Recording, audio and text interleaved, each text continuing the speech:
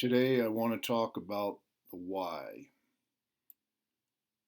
Why do people take psychedelics? For many different reasons, right? But the most common answer is for therapeutical reasons. And that's a good reason, isn't it? People want to heal.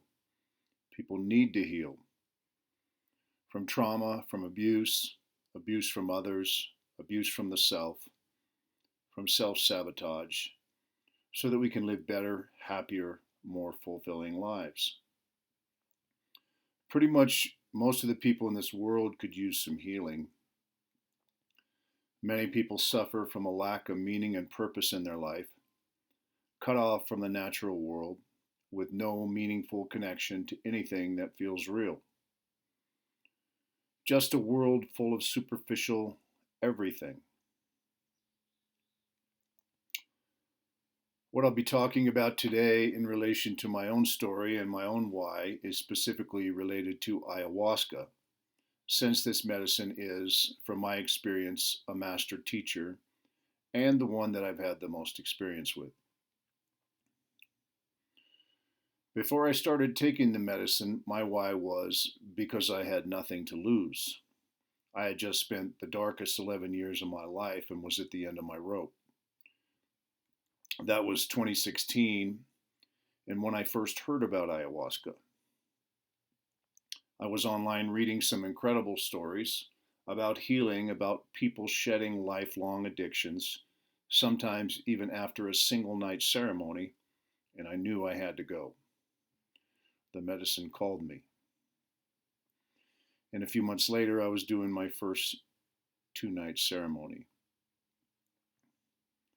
I spent 7 years doing ayahuasca ceremonies, and my why has changed along the way. I started because I had nothing to lose, and last year I decided to stop because I had nothing to gain. I'll come back to these points later. Having nothing to lose is not a specific reason for doing medicine.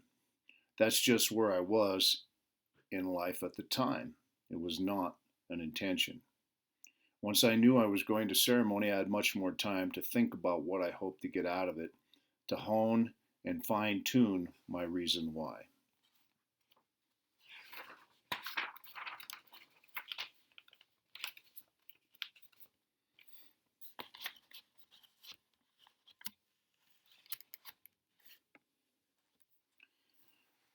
I had a lot of fear about ayahuasca before I went. I had watched some pretty scary videos of participants during ceremony, and I was afraid about losing control over my body, over my mind, or even losing myself, who I was. But because I felt I had nothing to lose, I went anyway, and I'm very glad I did. Because as it happened, my worst fears turned out to be unfounded, and my best hopes from the stories I read turned out to be true. I did not lose myself. The only thing I lost were parts of me that needed to go. What I never expected was that other parts of me that I thought had been lost forever would return. Feelings of love, joy, and a gratitude for life all returned. I had set my intention when I went in for healing and to gain information. At that time I needed help with a war raging inside me, a war that confused me that I did not understand, but would later come to see it as a war between the light and dark aspects of my own self, which I also saw reflected in the outer world. A war that I thought at the time I needed to win. Maybe I was even trying to recruit the spirit of the medicine to help me win it. It didn't work out that way. Instead, on the second night, I had a vision and a direct encounter with the spirit of the medicine, which gave me the unexpected gift of deep emotional healing. I flew back to Arizona, and for the next 3 days, I cried and cried and cried. Then I started noticing how I felt. I felt like a kid again, super light. I felt amazing, like I had just dropped this massive weight that had been inside me for years. So, weeks after that first ceremony, I knew I wasn't done, and I kept coming back over and over again. And as my journey progressed, my reality started to shift. And when our reality shifts, our consciousness changes. And what I thought I wanted, or my why, or my reason for taking the medicine, also changes. The old why becomes irrelevant, obsolete, and outdated. That happened to me many times during ceremony. My why or my intention gets thrown out and replaced by something far more useful for my healing and growth. And thank goodness that there was a higher consciousness present than me.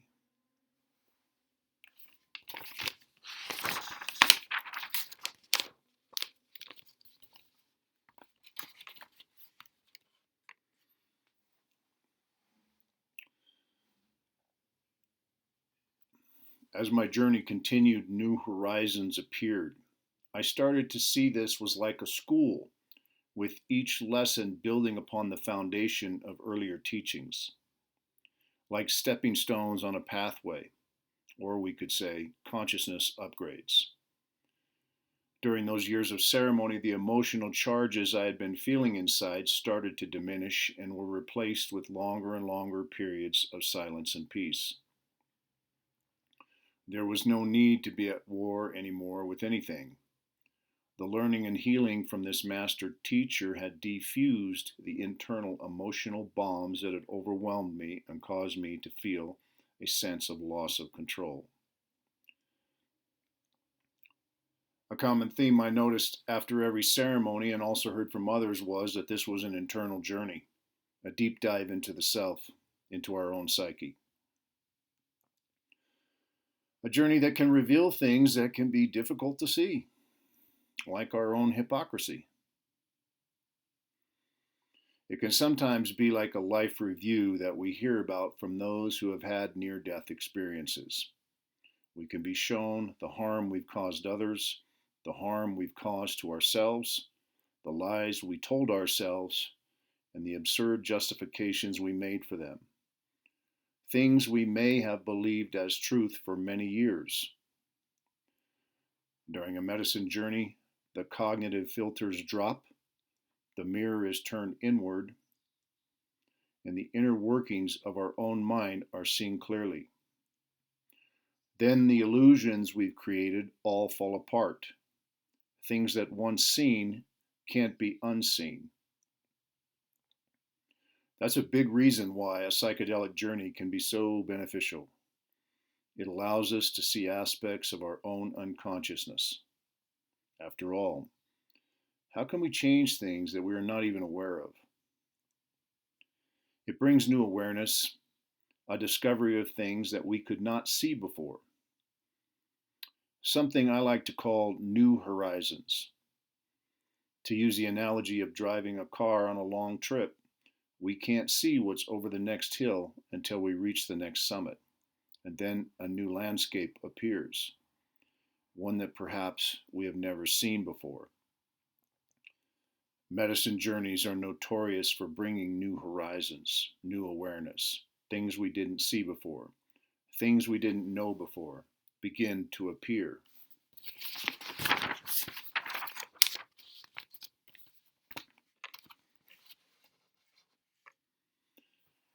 Visions, lessons about an infinite number of things, endless possibilities. Imagine being on a boat in the middle of the ocean on a deep sea fishing trip. The deep dark waters of the ocean represent our unconscious mind. Our conscious mind sits in the boat in the daylight and sees everything around it, but we have no idea what lurks in those dark waters below. We cast out our line and dredge something up from the bottom, then examine it. One unconscious thing has been caught and pulled to the surface. Once we see it in the light, it has become conscious. Now we are aware of it, and now we have the power to do something about it, if we wish, or not. Psychedelic journeys can be a lot like deep sea fishing trips. Unconsciousness is what allows the negative things happening to continue. Unconsciousness in our own life is what allows negative patterns to keep repeating over and over. Self abuse, bad relationships, whatever it is. Why could I not see these things before? That was the question I asked myself. Because we get stuck in an ego construct mind which prevents us from seeing things as they actually are. The ego does not like to see faults within itself. It does not like to be wrong, and it certainly does not like to admit to mistakes. The ego blinds our vision, limits it to a biased, subjective perspective only, and allows us to see only those things that the ego mind has deemed safe to see. And that's another big why, because psychedelics can break through that, if that is our intention, if we are willing to open our minds. The medicine teacher knows us far better than we know ourselves. During a journey, we are entering into another dimensional reality, a spiritual world, if you will, that seems to know everything about us, about this world, and about physical reality itself. The reason for our limited vision, according to the experts in this field, is that psychedelics can detach us from what is called the default mode network.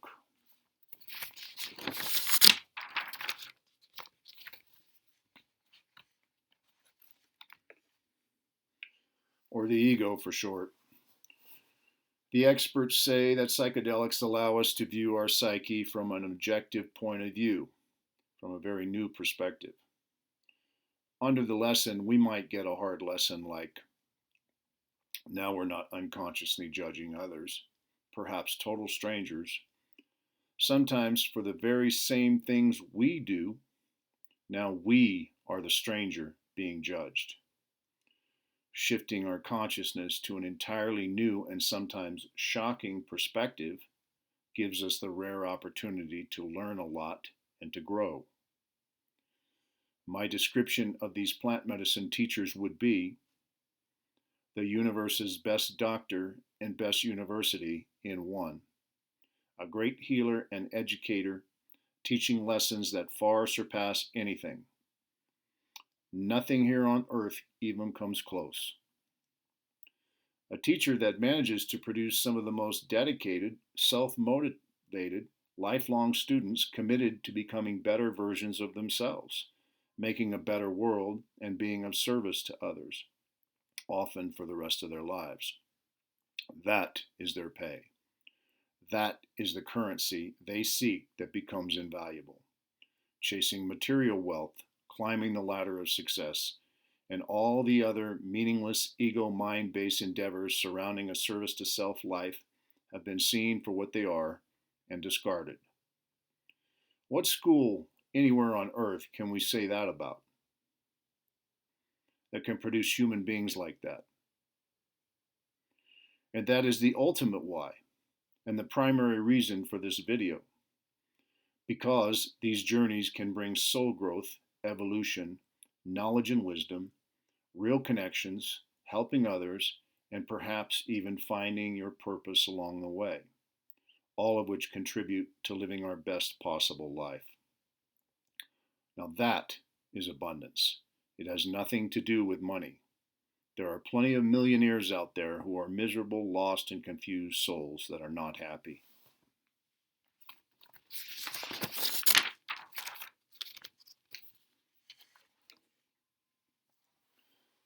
Some people take psychedelics with the intention of climbing the ladder of success. That is their reason why. And everyone has the right to choose what they want. And by success, we have to assume the definition to mean the cultural norms. While certainly not true for everyone, in most cases that would mean financial wealth, probably lots of relationships, and fitting in at a higher place in this world. If that works for some folks, great. I'm happy for them. However, the medicine taught me the exact opposite lesson. There's a quote by Krishnamurti that says, "It is no measure of good health to be well adjusted to a profoundly sick society." Absolutely true. I read what he meant by that, and it said, quote, "Being healthy in a sick society means going against trends, resisting social conventions, and defying rules. In other words, being healthy means deviating from the standard way of doing things in society." End quote. It seems that higher consciousness teachers tend to be more of the rebel type, an antithesis of a sick society. That's the lesson I got. Our society suffers from a spiritual sickness.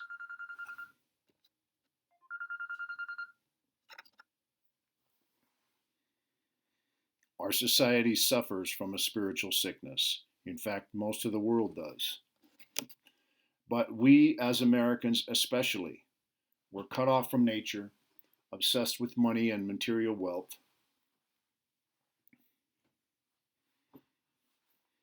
Our society suffers from a spiritual sickness. Jesus Christ. I am in the middle of making a video. Call me back in 10 minutes.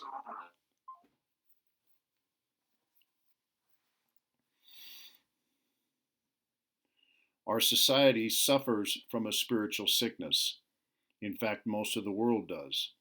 But we, as Americans especially, were cut off from nature, obsessed with money and material wealth, addicted to all kinds of substances and endless distractions, heavily medicated, and unhealthy from all kinds of toxic foods and water. Probably never in human history has there been so much sickness here, of every type: mental sickness, physical sickness, spiritual sickness. Psychedelics, from my experience, seems to awaken us to this reality. It does not seem to want us to fit in to a toxic culture of spiritually sleeping souls. Many people start cleaning up their life after doing the medicine. I noticed people tend afterwards to just start to want to do that, like a new program got installed.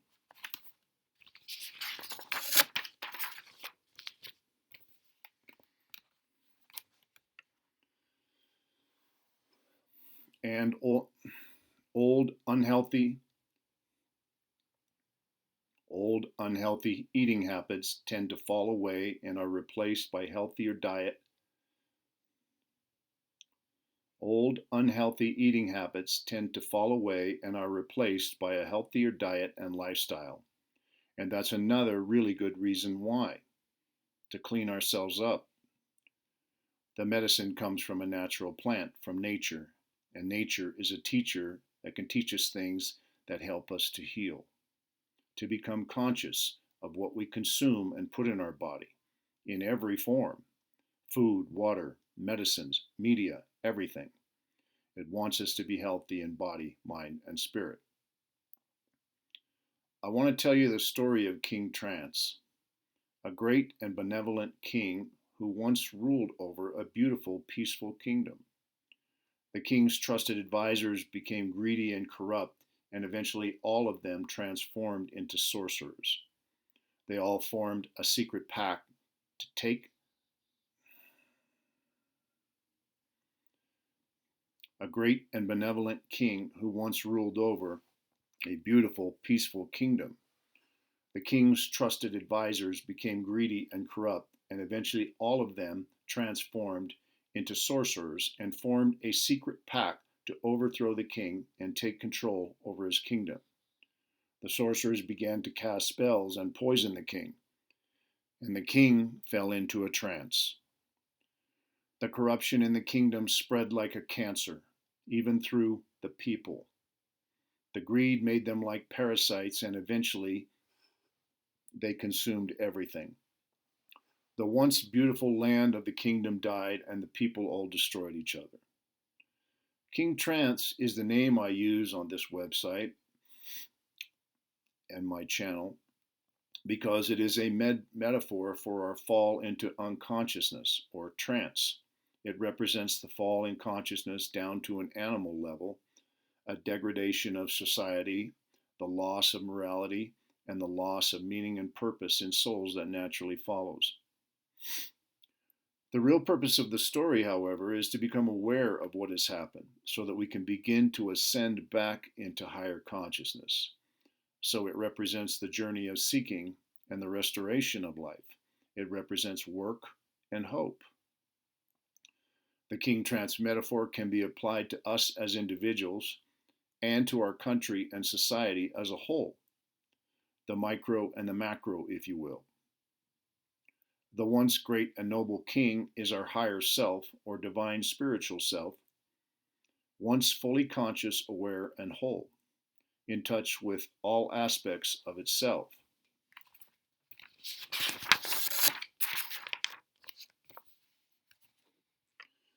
The soul takes a journey in physical form and falls into the lower densities on earth and forgets who it is. The sorcerers poison and cast spells. They have taken over the kingdom, which represents the physical body and the mind. The sorcerers represent our adversaries. It is anything that distracts or harms us, or anything that tries to draw us away from ourselves, from our heart center of who we really are. They target the greatest human weakness, the vulnerability of the ego, and feed it with every form of negative energy. The ego, once constructed, begins its reign of conquest over the real self. The false self has taken over and is now in control. The real self, our former king, is lost, and the king is no longer the king. The energetic densities surrounding the ego mind are much too low and act as a barrier. High frequency signals cannot be received by low frequency receivers. Having lost touch with the real self, we begin viewing ourselves as small and meaningless, powerless beings. We see ourselves only as physical bodies. The ego now controls our window to the world, but with only a narrow, limited vision, much like looking through a scope. The result of an unconscious soul in a trance. Psychedelics can help attune us back to higher frequencies that can dramatically expand our field of vision. Two more really great reasons why. And on the macro level, we can apply the same story to our country, except in this case it represents the body, mind, and spirit of collective humanity. But the journey of discovery, healing, and the restoration represents hope. The only chance the king or the individual or the country has to save himself and his kingdom is to wake up. Stay asleep, and everything dies. He has to purge the toxins, cast off the spells, get rid of the sorcerers, and become clear-minded and conscious again. No easy task. He has to go through a rite of passage and a long process of healing and rediscovery to find and restore himself again, or to find and restore herself again for our queens.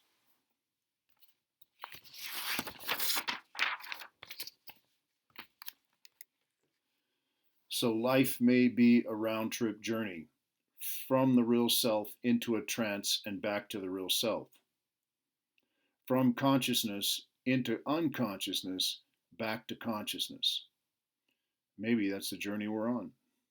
We arrive here with our memory wiped, lose who we are, then embark on the long journey of life to rediscover who we are. That's why, in my view, psychedelics are so important, because they can help break that spell, break the ego's self-illusory perceptions, and destroy the wall the ego built that prevents us from reconnecting to our real self or spiritual self. Many journeys I had were very challenging and brought up a lot of emotions. I used to regularly attend Psychedelic Society group meetings a few years ago. And one thing I want to address was a term I kept hearing over and over in those meetings, the term bad experience. usually referring to an unpleasant medicine journey someone had during a ceremony, or sometimes a fear someone had because of the stories they heard. But always speaking about it like it was some kind of negative experience that went horribly wrong. I can relate to that. I had many of those torturous ceremonies that felt like I was stuck in some hell realm and I could not escape. A bad experience. That usually means the ego didn't like it. And it doesn't. I learned that the medicine was no friend to the ego because it is a wise teacher and it knows that the ego is only illusory and isn't even real. So it is not trying to harm us.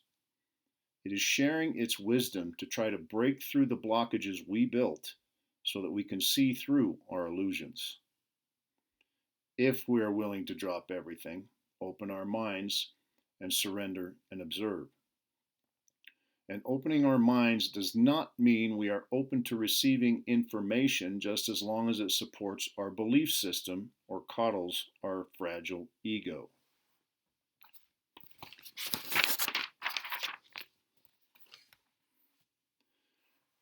That is not an open mind. That is a closed mind. And in that state, how can there ever be any learning or growth when we have constricted our minds like that? What we are unconsciously saying is, I know all that I need to know. I do not need healing unless it's easy, and I am not interested in learning about anything new. I am already evolved enough. That is the ultimate self sabotage. And we can do that to ourselves real easy. The ego mind can sabotage things without us ever being conscious of it, especially if it is a threat to the ego. Another term I kept hearing repeatedly is, I am focusing on the light. That usually means we're doing exactly half of our internal self work. So when do we plan on going back to do the other half?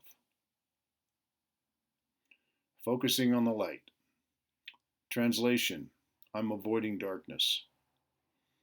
And if I'm avoiding or denying it in myself or in the outer world, then almost certainly that will mean my intention is to avoid darkness and difficulty during ceremony. We may not even be aware of that. We usually aren't. So our intention is super important. If we're going to avoid anything, we might as well not go, in my opinion.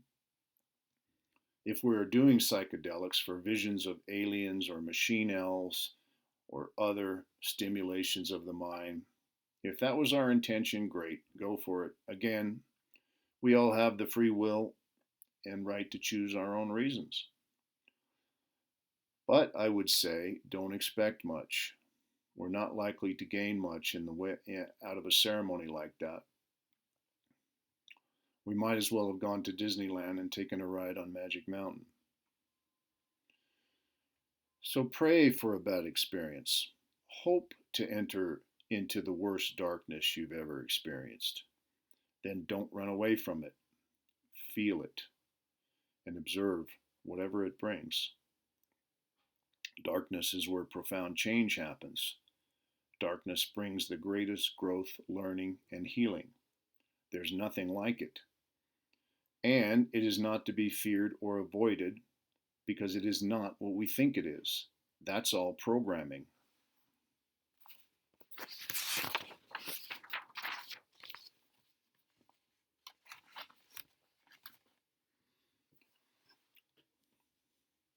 It is a wise teacher and healer that is disguised as a monster. We just need to be willing to listen and learn from it and understand its lessons. Do that, and we may just gain some of the greatest benefits from our medicine ceremonies. Once we start realizing how much we don't know, how much we thought we knew but were wrong, the transformation we go through can bring humility and peace. If we set that intention, if we have the courage to face ourselves openly without reservation and just let go of everything and observe our journey. When we do that, the poisons that we held When we do that, the poisons that we held within us for so long, the traumas, the abuses, the lies, begin to get purged.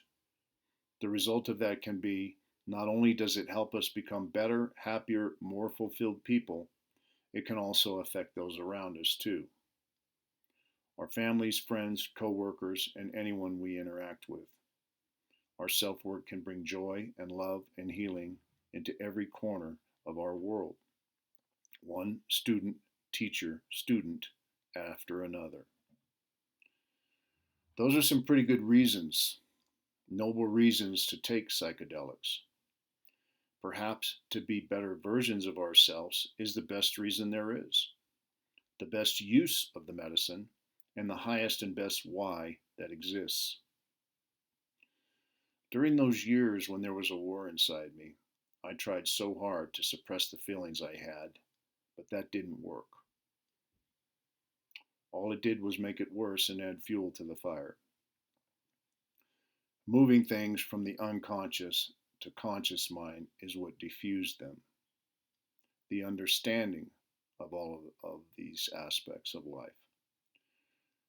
There were many revelations and lessons along the way on the journey I had with ayahuasca, but my biggest takeaway was that the war inside me was over.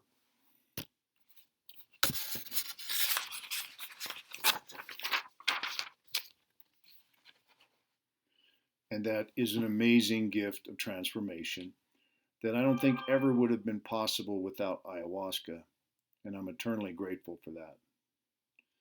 Over time, as my perception of reality shifted, my why also naturally shifted. My reasons changed. During a ceremony, I might get a faint glimmer of a lesson about the nature of reality, on how reality is constructed, and then next time set my intention to learn more about that subject in order to progress to the next level. Or at times, I may have changed my why because I was fond of the incredible bonds that are formed with other participants in ceremony. The sharing and connections I felt there were more real than anything I'd ever experienced. Or my why was for more healing.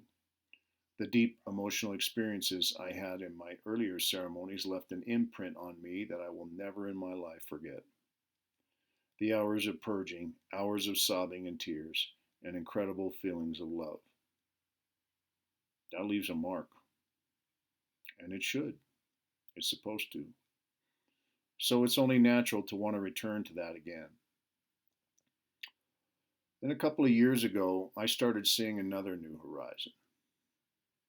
The message came slowly at first, then over time, with increasing clarity.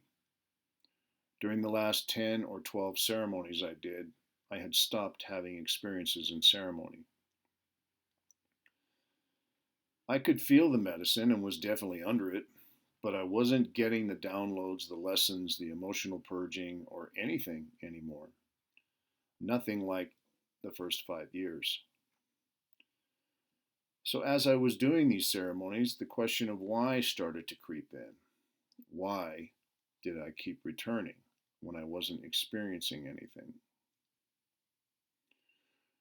That voice got louder, and now I was seeing the possibility that this had become an escape mechanism to escape everyday mundane life.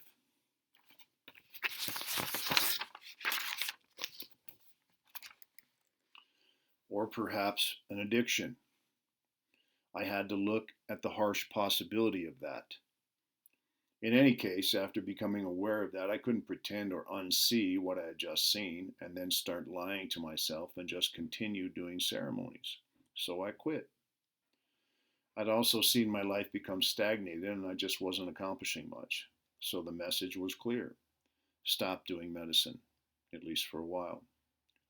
Because doing the medicine just to do the medicine is not a legitimate reason for me. If we're not called by the medicine, or if we're not getting anything out of it, then I wouldn't recommend it. But otherwise, I am and will always be a huge advocate for plant medicines for all of the reasons I just shared and for what it did for me. These plant medicine teachers are our allies and can help us in many ways. Thank you for watching.